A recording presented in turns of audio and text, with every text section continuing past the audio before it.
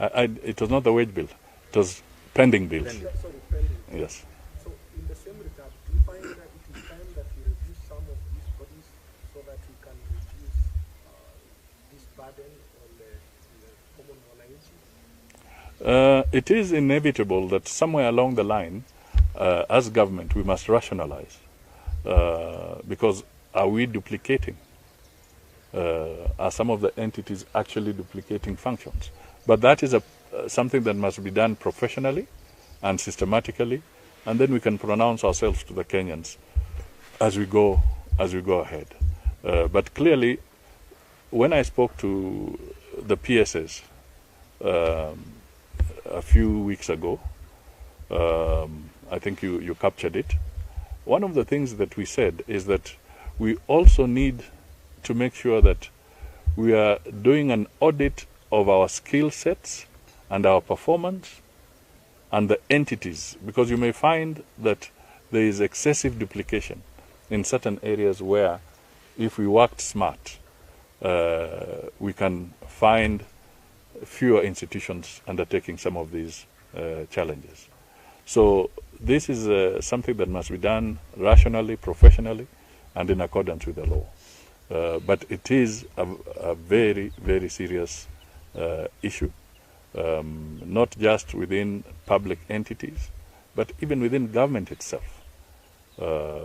We need to rationalize that. And I gave an edict to the permanent secretaries to clearly look at their respective departments, state departments, and see where there is duplication and where there could be some synergy which can be put together so that we bring efficiency to the table.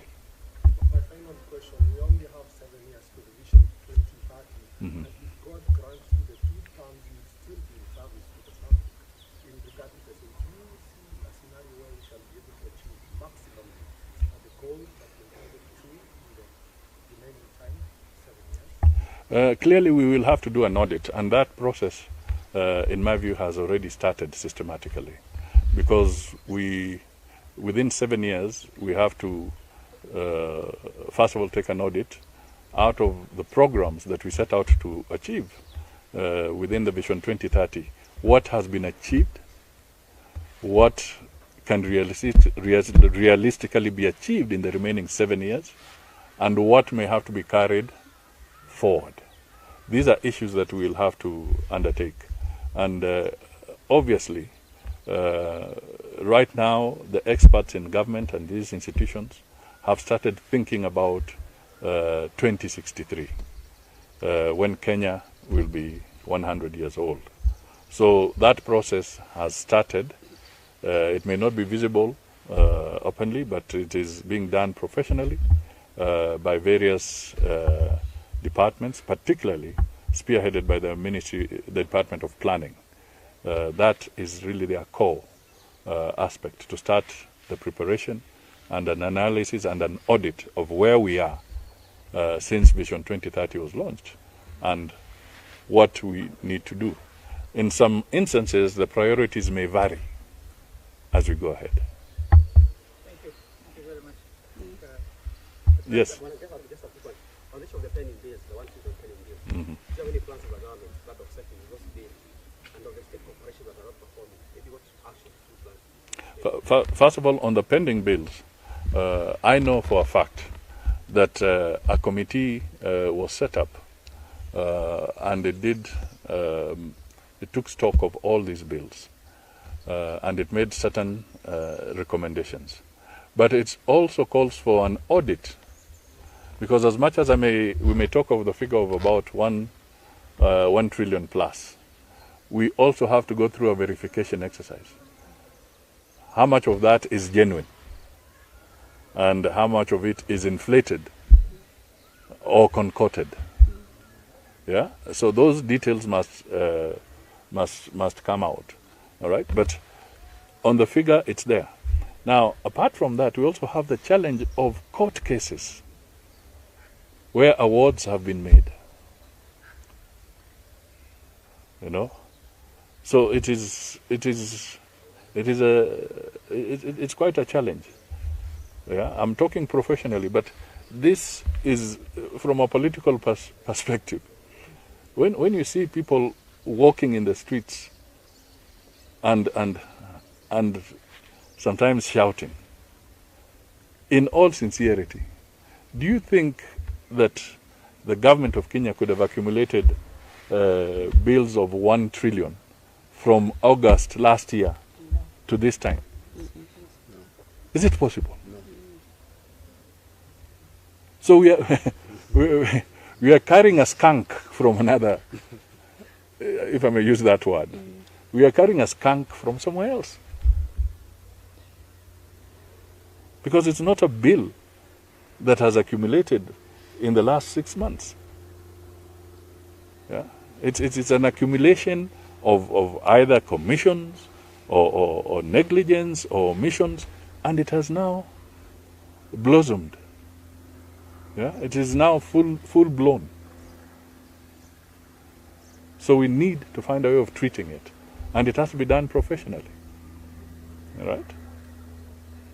When we talk of the public debt that we are grappling with, on a serious note, has this government executed any external bill at this point in time? No. They have not. All right?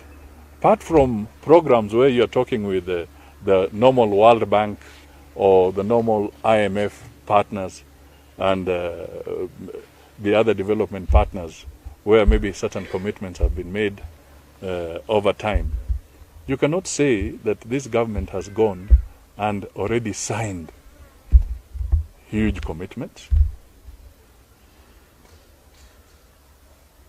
This is the famous story of the person in the street shouting "thief" as he runs away, when in actual fact he's the guy. He's the fault guy, but he specializes in running in the streets and saying "thief, thief, thief." So we have a country to build. We want to move forward. And we have said, I've given you that perspective, but it's not about the end game. It's not about the blame game. Rather, it's about the end game. And for us now, what we must focus on as a nation, because we were voted in, is to repair the damage and then move forward with more progressive approaches. So, as much as we have spoken to it, we cannot continuously look at the past, and we now have to sort it out. Yeah? We were voted to sort out Kenya's problems and to push the country forward. That is what we have to do. That is the business we have to do.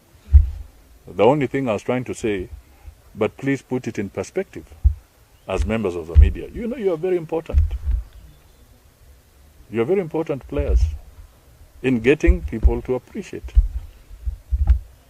where we are, how we got there, and where we should be going. So I also extend a message to you, mtusaidie. As I said earlier, and in my speech you will see, I did highlight that there will be a professional process. There will be a professional process of evaluating who are the non-performers and who are performers, and then corrective action will be taken. Asante. We'll share the speech. Thank you so much. Asante.